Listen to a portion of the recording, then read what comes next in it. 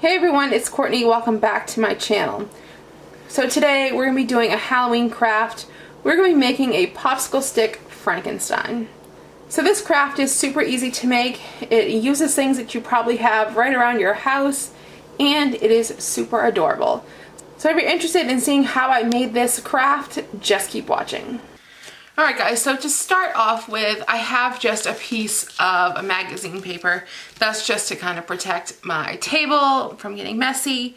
So use whatever you have around the house, newspaper, anything. Anything will work that you don't care about getting messed up. That's what I'm using this for. So first thing that we're going to do is we're going to be using popsicle sticks for this.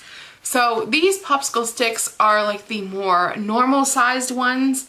I also do have the jumbo ones right here. They are kind of like the tongue depressor size.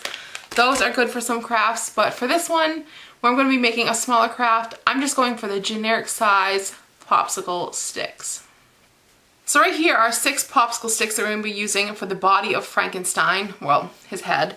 And then right here we have another popsicle stick. This is going to be for like the bolt that comes out of Frankenstein's head. So 7 popsicle sticks is all you need. Now you can do more if you wanted to do. I think you actually could probably do 7 for his body and 1 for his bolt, and it would still look good. I'm going to be sticking though with 6 for his face and 1 for the bolt. Next thing I'm taking here is just a piece of thin cardboard. This is actually the box from a cereal box I have. And I'm just going to kind of roughly measure out how much of this I would need to cover all 6 of my popsicle sticks. I'm just going to be using this as like a backing just to kind of help give a little bit more support to the popsicle sticks, and that's what's going to hold everything together. I'm just going to kind of eyeball it to see right where I would need to cut. So I'm just going to make like a little divot here so I know. And then I'm just going to take my scissors and I'm just going to cut a little piece. So as you guys can see now, this little piece of cardboard will cover all 6 of my popsicle sticks here without going beyond where you'll see it when they're flipped over. So now all we have to do is go over to our hot glue gun and glue this piece of cardboard to our popsicle sticks. Now if you're using a cereal box like I am, I highly recommend that you put this side down, so this will be touching the glue, and you put that down here. It'll just make it easier to paint because this side will have color that you'll have to cover, but if you do this side, it'll be easier to paint. It's all one color, it kind of blends in.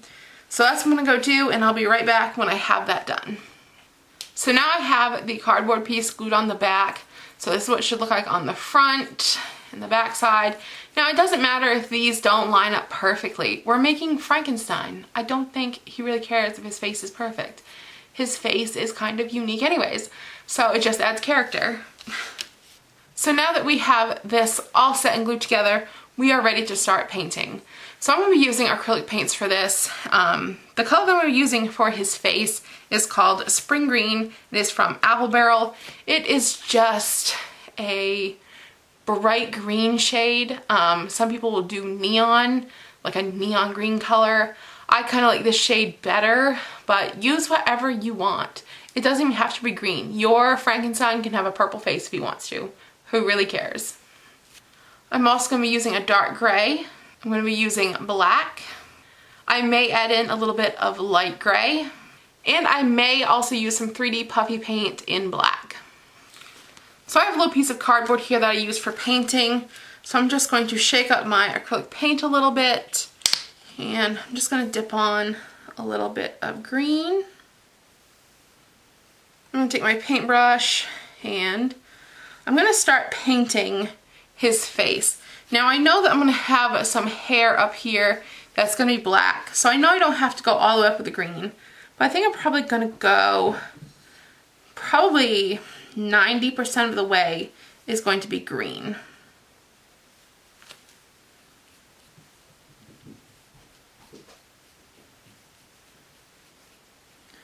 Now also make sure that you kind of get like into the little nooks and crannies, just because you don't want anything to show through with the wood color.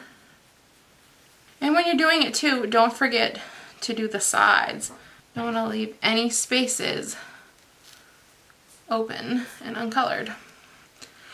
So now I'm just going to flip it over, and I'm going to just do the same thing on the back. Now again, the back doesn't have to be perfect since nobody's really going to see it. However, I just like to have it done so that way it looks uniform and it looks good, just in case anybody should see the back of it. It doesn't look like you didn't care. It looks like you did care.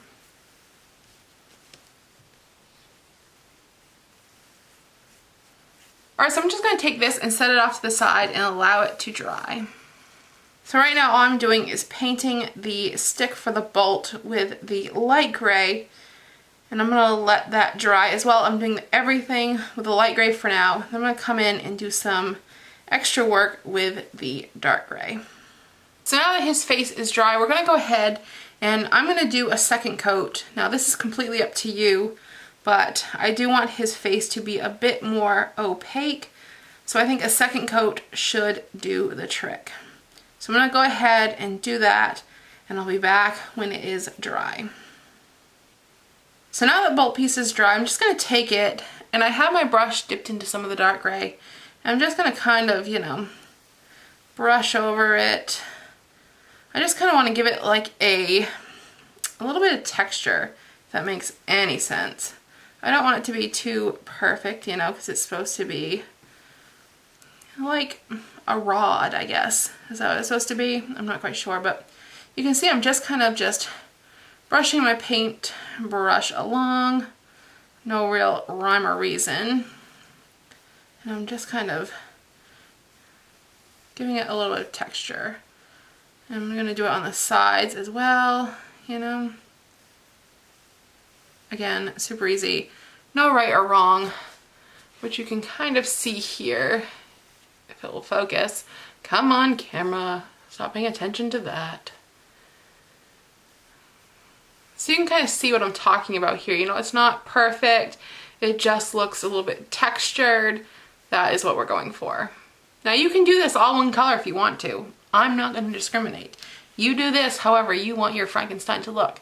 There's no right or wrong answer. So I'm going to set this off to dry, and then we're going to start working on his face. Alright, next we're going to be working on his hair and some of his facial features. I'm going to take some black paint, and we're going to do his hair black. So as you can see, I saved this top piece here. This is going to be for majority of his hair. So I'm just going to paint the top here.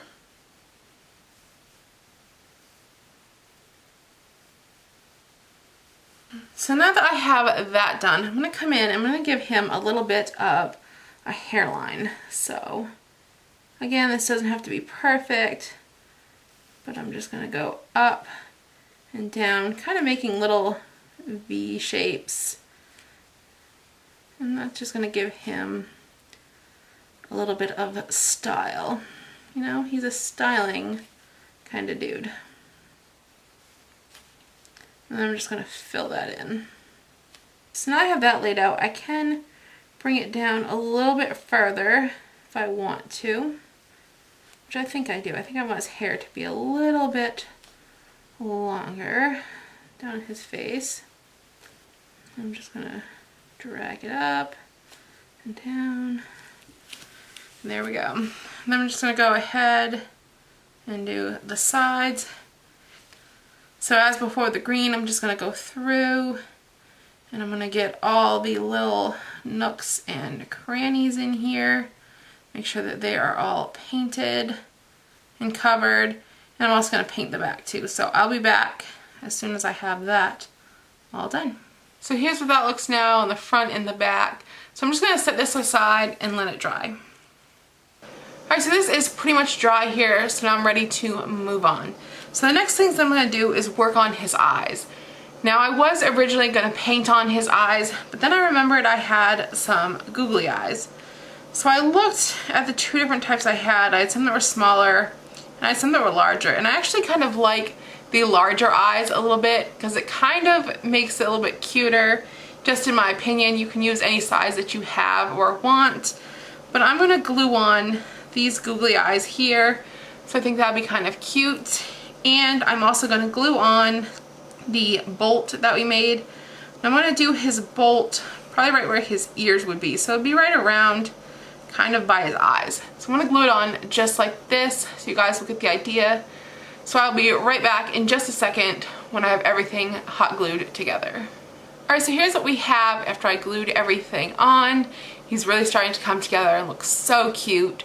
So as you can see, I glued on the bolt onto the back right here, and I just glued on the googly eyes. So I'm going to take the 3D Puffy paint in black. I'm going to use this for his smile and maybe a scar. So I think I'm going to give him a semi-smile. Not quite a full one, but I just want one that is kind of cute, you know.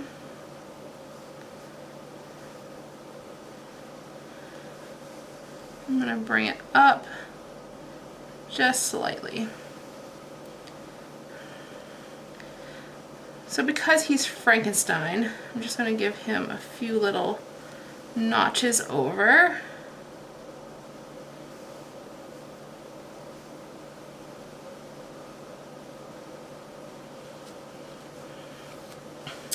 And then I think right up here on his cheek, I'm going to give him a little scar as well.